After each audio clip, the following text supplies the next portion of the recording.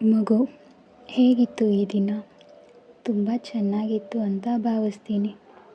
ಏನೆಂದರೆ, ನೀನು ಹೇಳದೇ ಇದ್ದರೂ ಕೂಡ ನನಗೆ ಎಲ್ಲ ಗೊತ್ತಾಗುತ್ತೆ. ನಿನ್ನ ಮನಸ್ಸು ಭಾರವಾಗಿದೆ ಅಲ್ವಾ? ತುಂಬ ನೋವಿನಿಂದ ಕೂಡಿದೆ.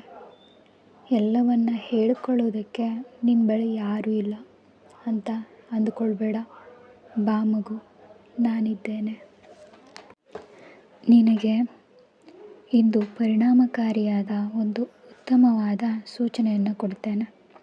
ಸೂಚನೆ ಅಂದರೆ ಏನಪ್ಪ ಅಂದರೆ, ನೀನು 2 ಪುಸ್ತಕಗಳನ್ನು ತೆಗೆದುಕೋ.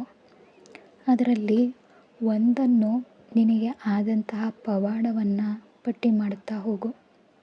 ಅದು ನಿನಗೆ ಒಳಿತನ್ನು ತರುತ್ತೆ. ನಿನಗೆ ಬೇಸರವಾದಾಗ ಇದನ್ನೊಮ್ಮೆ ತೆಗೆದು ನೋಡಿದರೆ ಸಾಕು, ನಿನಗೆ ನನ್ನ ಶಕ್ತಿಯ ಅರಿವು ಆಗುತ್ತೆ. ಇನ್ನೊಂದು ಪುಸ್ತಕದಲ್ಲಿ ಪ್ರತಿದಿನ ಕೊನೆಯಲ್ಲಿ, ಅಂದರೆ ನೀನು ಮಲಗುವ ಮೊದಲು ಇದನ್ನು ಬರೆ. ನಿನಗೆ ಆ ದಿನದಲ್ಲಿ ನಿನ್ನ ಮನಸ್ಸಿನ ಮೇಲೆ ಪರಿಣಾಮವಾದ ಘಟನೆಗಳನ್ನು ಬರೆ. ಹಾಗೆಯೇ ಅದರಲ್ಲಿ ನಿನ್ನ ತಪ್ಪು ಇಲ್ಲದೇ ಇದ್ದರೂ ಕೂಡ ಅವರಿಗೆ ನಾನು ನಿನ್ನ ಕ್ಷಮಿಸುತ್ತೇನೆ ಅಂತ ಬರೆಯುತ್ತಾ ಹೋಗು. ಹಾಗೂ ನೀನು ಅವರಿಗೆ ಏನು ಹೇಳಬೇಕೋ ಅಂತ ಇದ್ದೆ ಆ ಕ್ಷಣದಲ್ಲಿ ಅದನ್ನು ಕೂಡ ಬರೆಯುತ್ತಾ ಹೋಗು. ಅದು ನಿನ್ನ ಮೇಲೆ ಸಕಾರಾತ್ಮಕವಾದ ಪರಿಣಾಮವನ್ನು ಬೀರುತ್ತೆ ಮಗು. ಆಗ ನಿನ್ನ ಮನಸ್ಸಿನ ಮೇಲೆ ನೆಮ್ಮದಿಯ ಪ್ರಭಾವ ಬೀರುತ್ತೆ. ಹಾಗೆ ನಿನಗೆ ಒಂದು ತರಹದ ಕ್ರಿಯೆ ಕೂಡ ಹೇಳ್ಕೊಡ್ತೀನಿ. ಇದು ಒಂದು ತರಹದ ಪ್ರಾಣಾಯಾಮದ ತರಹ. ಮಗು, ಸಿದ್ಧವಾಗಿದ್ದೀಯಾ? ನೀನು ಈ ಕ್ಷಣದಲ್ಲಿ ಎಲ್ಲಿ ಇದ್ದೀಯೋ ಅಲ್ಲೇ ಕುಳಿತುಕೋ. ನಿನ್ನ 2 ಕಣ್ಣುಗಳನ್ನು ಮುಚ್ಚಿಕೋ. ನಾನು ಹೇಳುವುದನ್ನು ಗಮನವಿಟ್ಟು ಕೇಳು. ನೀನು ಸಿದ್ಧವಾಗಿದ್ದೀಯಾ ಅಂತ ನಾನು ಭಾವಿಸ್ತೇನೆ. ಮಗು, ನಿನ್ನ 2 ಕಣ್ಣುಗಳನ್ನು ಮುಚ್ಚಿ ಶಾಂತವಾಗಿ ಕುಳಿತುಕೋ. ಒಂದು ದೀರ್ಘವಾದ ಉಸಿರನ್ನು ತೆಗೆದುಕೋ. ಈಗ ನಿನ್ನ ದೇಹಕ್ಕೆ ಒಂದು ಧನ್ಯವಾದವನ್ನು ಹೇಳು. ಹಾಗೆಯೇ ನೀನು ಕಳೆದಂತಹ ಈ ದಿನಕ್ಕೆ ಒಂದು ಧನ್ಯವಾದವನ್ನು ಹೇಳು. ಮಗು, ಈ ದಿನ ನಿನ್ನ ಮನಸ್ಸಿನಲ್ಲಿ ಅನೇಕ ಭಾವನೆಗಳ ಸಂಚಲನವಾಗಿ ಮನಸ್ಸನ್ನು ಕದಲಿಸಿರಬಹುದು. ಆ ಘಟನೆಗಳನ್ನು ನೆನಪು ಮಾಡಿಕೊ.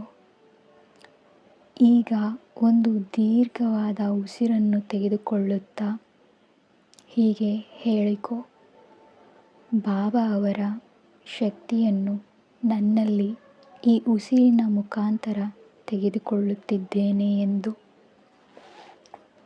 ಉಸಿರನ್ನು ತೆಗೆದುಕೋ.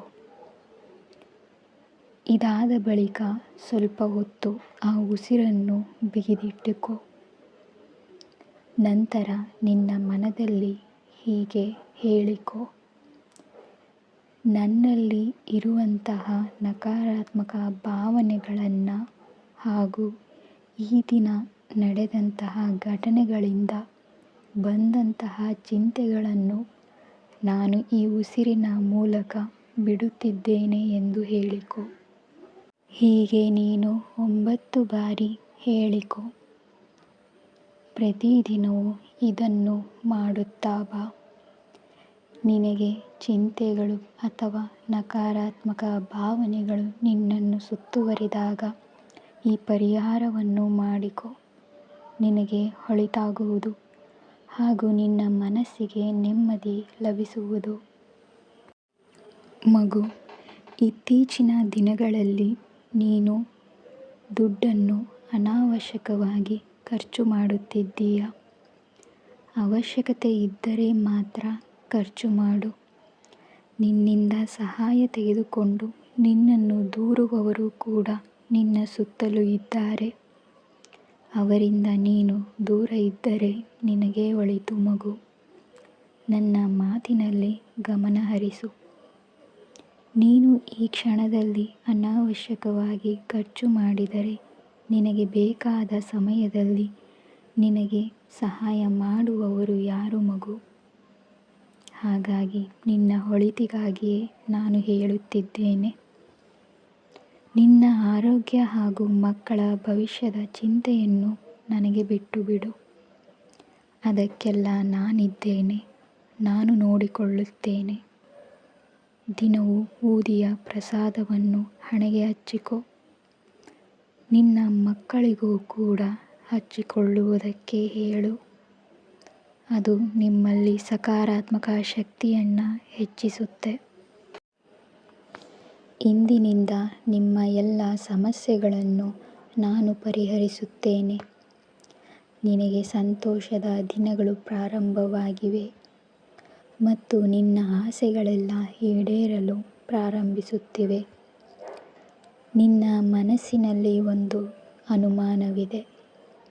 ಇದಕ್ಕೆ ಪರಿಹಾರವಾಗಿ ಈ ಅನುಮಾನಕ್ಕೆ ನಿನಗೊಂದು ಪರಿಹಾರವನ್ನು ಸೂಚಿಸುತ್ತಿದ್ದೇನೆ. ಆ ಪರಿಹಾರವನ್ನು ಮಾಡಿಕೊ. ನನ್ನ ಸಚ್ಚರಿತೆಯ 45ನೇ ಅಧ್ಯಾಯವನ್ನು ಓದು. ನಿನಗೆ ಪರಿಹಾರ ಸಿಗುತ್ತದೆ.